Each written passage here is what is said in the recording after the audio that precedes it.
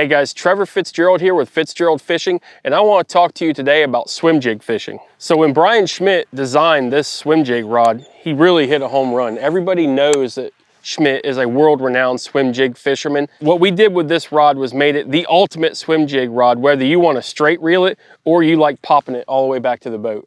So there's a couple different ways that you can work your swim jig. Straight reeling it like I am now is a great way to cover a lot of water, and it's also really good for big areas like where we are today and you want to cover a lot of water. The other very effective way to work a swim jig is what's called the popping technique, where you kind of just roll cast it, make short little casts to cover like I have here in front of me. And as you're bringing the bait in, you're constantly twitching your rod to make that bait pulsate the entire way back, and it's an awesome way to catch them when you're fishing like tight cover or short little casts with a swim jig. My two favorite times of the year to throw a swim jig is when the bass are spawning and the bluegill are spawning, okay? I really love throwing the swim jig through dead pad stalks like I have here behind me. It's just a phenomenal way to target bass, and they love it. So my go-to setup for swim jigging is I always go with a Fitzgerald Fishing swim jig. We offer these in a 3/8, half, and 3/4. A 3/8 is great for swimming it around the dead pad stalks and stuff like what I have around me now. Of course, I'm using the Bryan Schmitt signature swim jig rod, and I pair this with a VLD10 Fitzgerald fishing reel with 50-pound Versa braid. It's the perfect braid to allow for a long cast, and it has a lot of power. You don't have to worry about breaking off. If you want more tips and tricks on fishing, check out Fitzgerald Fishing on YouTube, and also be sure to follow us on Instagram and Facebook.